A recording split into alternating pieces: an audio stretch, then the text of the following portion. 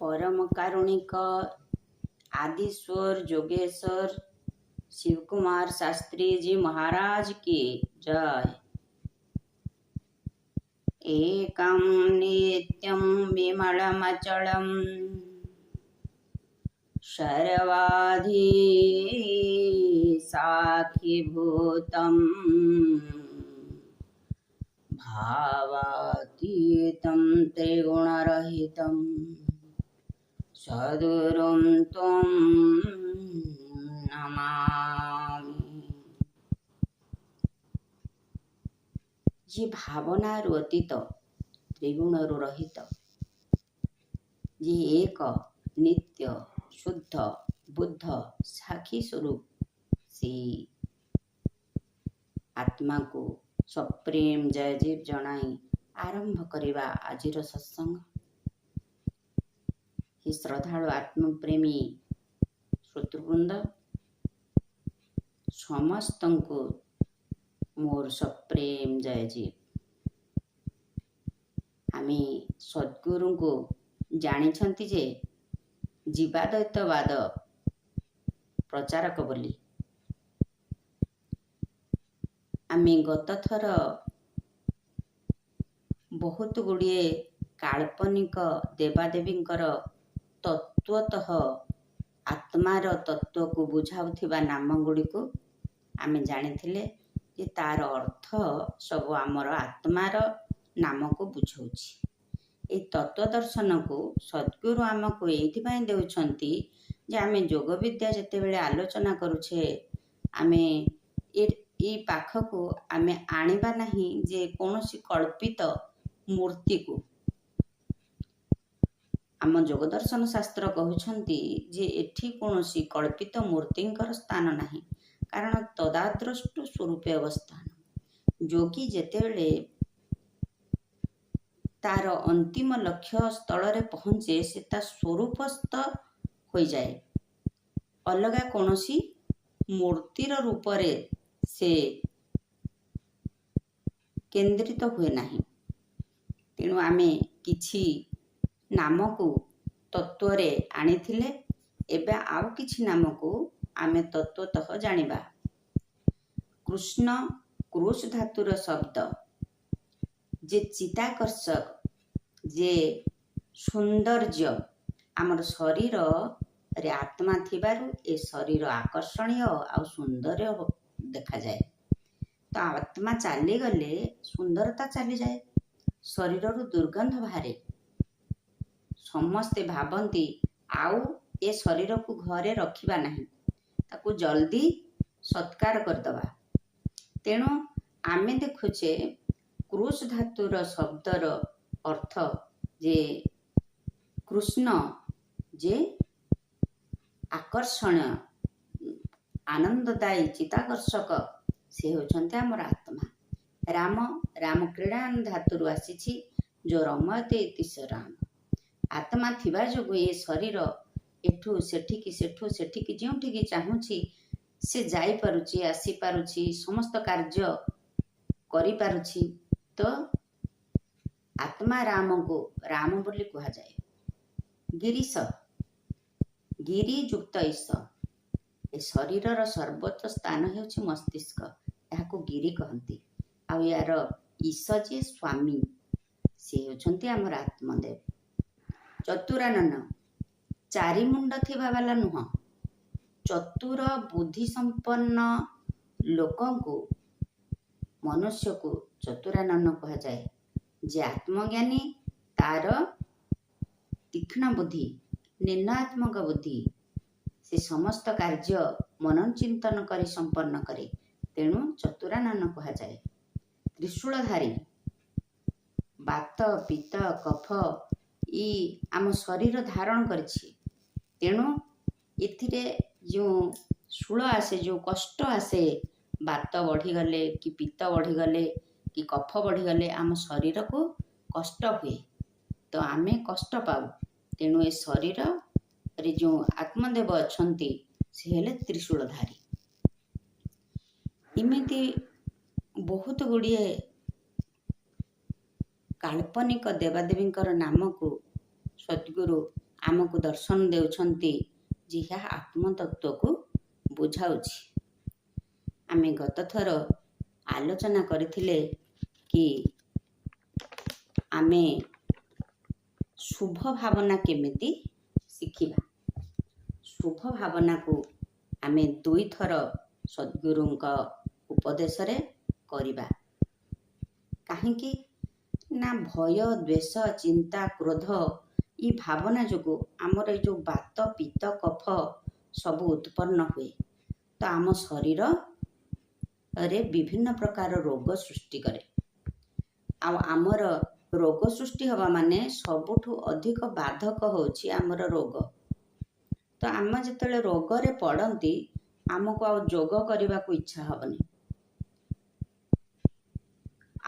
ଆମର ପ୍ରଥମ ବାଧକ ହେଉଛି ଯୋଗରେ ସ୍ୱାସ୍ଥ୍ୟ।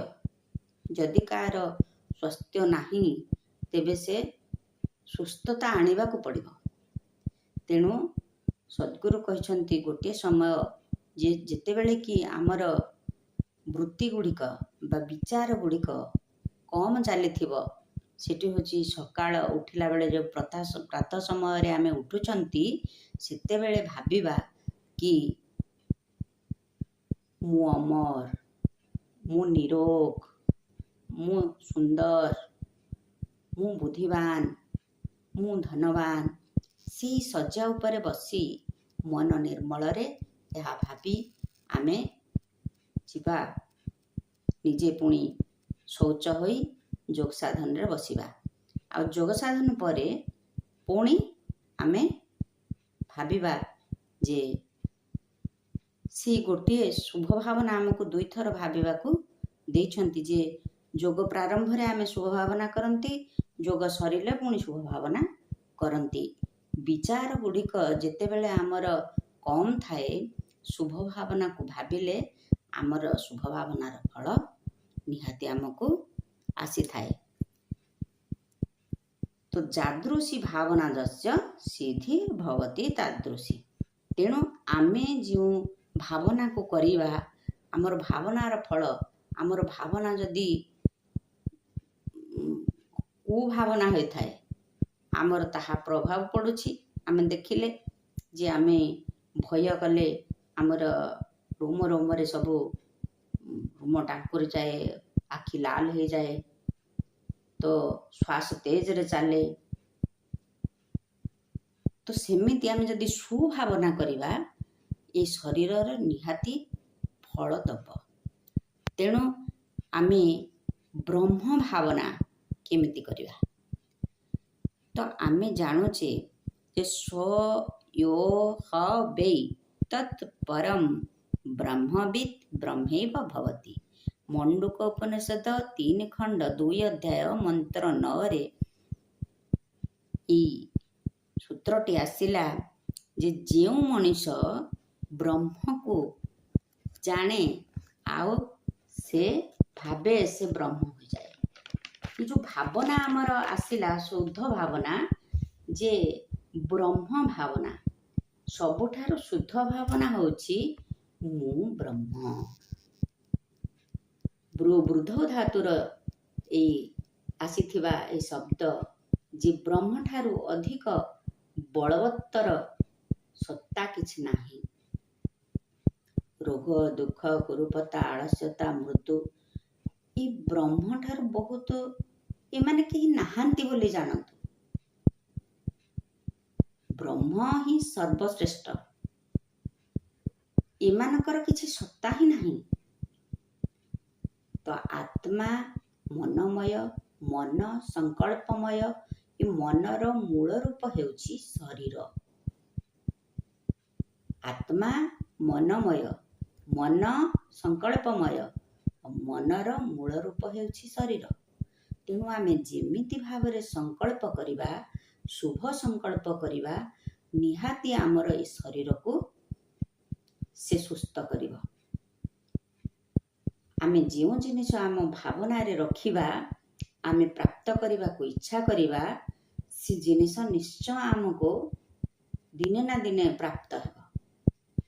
ତେଣୁ ଆମର ଯେଉଁ ଶରୀର ରହିଲା, ଆମର ଯେମିତି କ୍ଷୀର ସେମିତି ସେଇ ସାରା ଭାଗ ଘିଅ ଥାଏ କ୍ଷୀରରେ, ସେମିତି ଶରୀରର ଆମର ପୁରାରୁ ପୁରା ମନ, ବିନା ଶରୀରରେ ମନ ରହିପାରେ ନା। ଯେମିତି ସମୁଦ୍ର ଆଉ ତରଙ୍ଗ, ସେମିତି ଆତ୍ମା ଆଉ ମନ, ଏ ଚୈତନ୍ୟ ଶକ୍ତି, ଚିତ୍ ଶକ୍ତି, ମନ, ଶରୀର ଏବଂ ସଂସାର ତିନୋଟି ଯାକ ଏକ। ଆତ୍ମା, ପରମାତ୍ମା, ମନ ଏ ତିନୋଟି ଯାକ ମଧ୍ୟ ଏକ। ଉଭୟଥିରେ ଏଇ ମନ ଅଛି। ସଂସାରକୁ ଏକତ୍ର ବାନ୍ଧି ପାରୁଥିବା ମଝି ପଦାର୍ଥଟି ନାମ ମନ। ମନର ସଂକଳ୍ପ ସମୂହ ଆମର ଶରୀର ଏବଂ ସଂସାର। ଯେପରି ଫେନ ତରଙ୍ଗ ଜଳୁ ନୁହେଁ ଭିନ୍ନ, ସେପରି ଆତ୍ମା ଜଗତ ଅଟଇ ଅଭିନ୍ନ। ଯେପରି ଫେନ ତରଙ୍ଗ ଜଳୁ ନୁହେଁ ଭିନ୍ନ, ସେପରି ଆତ୍ମା ଜଗତ ଅଟଇ ଅଭିନ୍ନ।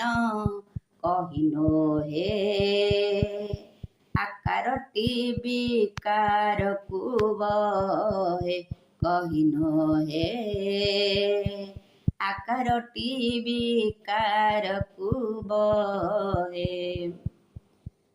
ମନରେ ଦୃଢ଼ ବିଶ୍ୱାସ, ସଦ୍ଗୁରୁଙ୍କ ବାକ୍ୟରେ ଦୃଢ଼ ବିଶ୍ୱାସ ଆଣି ଯଦି ଆମେ ଆମର ଏଇ ଚଞ୍ଚଳ ମନକୁ ସ୍ଥିର କରିପାରିବା, ବିଶ୍ୱାସକୁ ଦୃଢ଼ କରିପାରିବା, ତେବେ ଏଇ ଭାବନାର ଶୁଭ ଫଳ ନିଶ୍ଚୟ ପାଇବା। ଶଙ୍କର ଭବାନୀ ବନ୍ଦେ ଶ୍ରଦ୍ଧା ବିଶ୍ୱାସ ରୂପିଣୀ। ଚିତ୍ତ ଆମର ଯେତେବେଳେ ଶୁଦ୍ଧ ସଂକଳ୍ପରେ ସଂକଳ୍ପାୟିତ ହେବ, ଆମକୁ ସମସ୍ତ ଜିନିଷ ଆନନ୍ଦ ଲାଗିବ। ସମସ୍ତ ଆମେ ଏଇ ଯେଉଁ ଆତ୍ମାର ଆନନ୍ଦକୁ, ବ୍ରହ୍ମର ଆନନ୍ଦକୁ ଆମେ ଉପଭୋଗ କରିପାରିବା। ଯେଉଁଠି ଥାଆନ୍ତୁ, ଯେଉଁ ଅବସ୍ଥାରେ ଥାଆନ୍ତୁ, ଆମେ ସେଇ ଆନନ୍ଦକୁ ଉପଲବ୍ଧି କରିପାରିବା। ସମସ୍ତ କ୍ଷେତ୍ରରେ, ସମସ୍ତ କର୍ମରେ ଆମେ ଏଇ ପ୍ରସନ୍ନତାକୁ ଅନୁଭବ କରିପାରିବା। ଚିତ୍ତ ପ୍ରସନ୍ନ ଯେତେବେଳେ ଯୋଗ ସାଧିବ ସେତେବେଳେ, ମୁଁ ଆତ୍ମା ସର୍ବଘଟେ ସାକ୍ଷୀ, ବାହାର ଭିତର ଏ ଦେଖି। ତେଣୁ ଏ ଯେଉଁ ଆତ୍ମା ବା ମନ ରହିଲା, କି ସାକ୍ଷୀ ସ୍ୱରୂପ। ଆମର ମନ ହେଉଛି ଚଞ୍ଚଳ, ଆତ୍ମା ହେଉଛି ସ୍ଥିର। ତେଣୁ ମୁଁ ନିରୋଗ କହିବା ମାନେ ସମସ୍ତ ନିରୋଗ ଜୀବାଣୁ, ସମସ୍ତ ଅମୃତମୟ ଜୀବାଣୁ ଆମ ଶରୀରକୁ ପ୍ରବେଶ କରି ଅଦ୍ଭୁତ ପ୍ରଭାବ ପକାନ୍ତି। ସମସ୍ତ ରୋଗ ଜୀବାଣୁ ବାହାରକୁ ପଳାନ୍ତି, ନୂତନ ସେଲ୍ସ ସବୁ ଗଠନ ହୋଇଯାଆନ୍ତି। ଏ ବେଦାନ୍ତର ଜ୍ଞାନ ବିଶ୍ୱାସ ଦୃଢ଼ ହେଲେ ମନୋବଳ ବୃଦ୍ଧି ପାଏ। ମନୋବଳ ବୃଦ୍ଧି ହେଲେ ଆମେ ସମସ୍ତେ ସୁସ୍ଥ, ନିରୋଗ, ଅଜର ଅମର ରହିବା।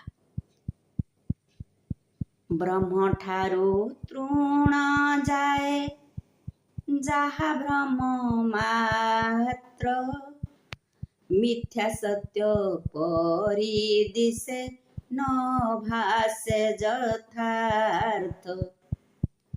ବ୍ରହ୍ମଠାରୁ ତୃଣ ଯାଏ ଯାହା ଭ୍ରମ ମାତ୍ର, ମିଥ୍ୟା ସତ୍ୟ ପରି ଦିଶେ ନ ଭାସେ ଯଥାର୍ଥ।